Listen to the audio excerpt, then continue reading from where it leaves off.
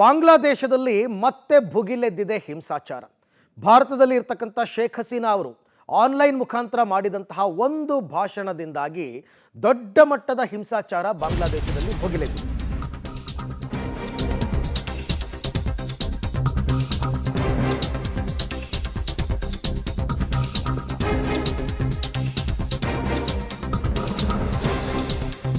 ಬಾಂಗ್ಲಾದಲ್ಲಿ ಮತ್ತೆ ಹಿಂಸಾಚಾರದ ಕಿಡಿ ಧಗಧಗಿಸ್ತಾ ಇದೆ. ಭಾರತಕ್ಕೆ ಪಲಾಯನಗೊಂಡಿರುವ ಶೇಖ್ ಹಸೀನಾ ಮಾಡಿದ ಭಾಷಣದಿಂದ ಆಕ್ರೋಶಗೊಂಡ ವಿರೋಧಿ ಬಣಗಳು ರಾಜಧಾನಿ ಢಾಕಾದಲ್ಲಿ ನಡೆಸಿದ ಪ್ರತಿಭಟನೆ ಹಿಂಸಾರೂಪಕ್ಕೆ ತಿರುಗಿದೆ. ಶೇಖ್ ಹಸೀನಾ ಅವರ ತಂದೆ, ಬಾಂಗ್ಲಾದೇಶ ಸಂಸ್ಥಾಪಕ ಶೇಖ್ ಮುಜಿಬುರ್ ರೆಹಮಾನ್ ಸ್ಮಾರಕ ಮತ್ತು ಅವರ ನಿವಾಸಗಳನ್ನು ಧ್ವಂಸಗೊಳಿಸಲಾಗಿದೆ. ಜೆಸಿಬಿ ಮತ್ತು ಕ್ರೇನ್ ಮೂಲಕ ಮನೆಯನ್ನು ಧ್ವಂಸ ಮಾಡಿದ್ದಾರೆ, ಬೆಂಕಿ ಹಚ್ಚಿದ್ದಾರೆ.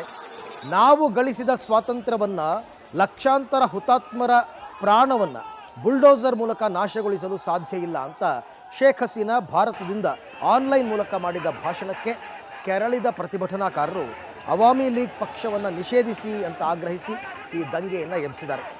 ಇದು ಬಾಂಗ್ಲಾದೇಶದಲ್ಲಿ ಮತ್ತೊಮ್ಮೆ ಅಶಾಂತಿ ಹರಡುವ ಸಾಧ್ಯತೆ ಇದೆ. ಈ ಹಿಂದೆ ಶೇಖ್ ಹಸೀನಾ ಅವರು ಗಡೀಪಾರಾಗುವ ಸಂದರ್ಭದಲ್ಲೂ ಕೂಡ ಇದೇ ರೀತಿಯ ಗಲಾಟೆಗಳು ನಡೆದಿತ್ತು. ಈಗಲೂ ಕೂಡ ಅದನ್ನೇ ತಾವು ಗಮನಿಸ್ತಾ ಇದ್ದೀರಾ. ದೊಡ್ಡ ಮಟ್ಟದ ಹಿಂಸಾಚಾರ ಬಾಂಗ್ಲಾದೇಶದ ಢಾಕಾದಲ್ಲಿ ಸಂಭವಿಸಿದೆ.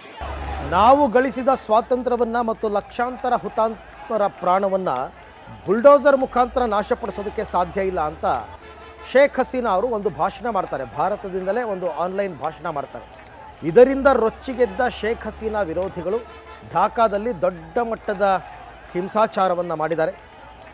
ಶೇಖ್ ಹಸೀನಾ ಅವರ ತಂದೆ ಮತ್ತು ಬಾಂಗ್ಲಾದೇಶ ಸಂಸ್ಥಾಪಕ ಶೇಖ್ ಮುಜಿಬುರ್ ರೆಹಮಾನ್ ಅವರ ಸ್ಮಾರಕ ಮತ್ತು ಅವರ ನಿವಾಸವನ್ನು ಈಗ ಧ್ವಂಸಗೊಳಿಸಿದ್ದಾರೆ. ಜೆಸಿಬಿ ಕ್ರೇನ್ ತಗೊಂಬಂದು ಮನೆಯನ್ನು ಧ್ವಂಸ ಮಾಡಿದ್ದಾರೆ, ಬೆಂಕಿ ಹಚ್ಚಿದ್ದಾರೆ. ಇದರಿಂದ ಕೆರಳಿದಂತಹ ಪ್ರತಿಭಟನಾಕಾರರು ಅವಾಮಿ ಲೀಗ್ ಪಕ್ಷವನ್ನು ನಿಷೇಧ ಮಾಡಿ ಅಂತ ಆಗ್ರಹಿಸಿ ದೊಡ್ಡ ಮಟ್ಟದ ಗಲಾಟೆ ಮಾಡಿದ್ದಾರೆ. ಹೀಗಾಗಿ ಈಗ ಸದ್ಯಕ್ಕೆ ಬೂದಿ ಮುಚ್ಚಿದ ಕೆಂಡದಂತಿದೆ ಅಲ್ಲಿನ ಪರಿಸ್ಥಿತಿ. ಇದು ಮತ್ತೊಂದು ದೊಡ್ಡ ಮಟ್ಟದ ಅಶಾಂತಿಯನ್ನು ಹರಡುವ ಸಾಧ್ಯತೆ ಕೂಡ ಇದೆ ಅಂತ ಕೆಲವರು ಆತಂಕವನ್ನು ವ್ಯಕ್ತಪಡಿಸ್ತಾರೆ.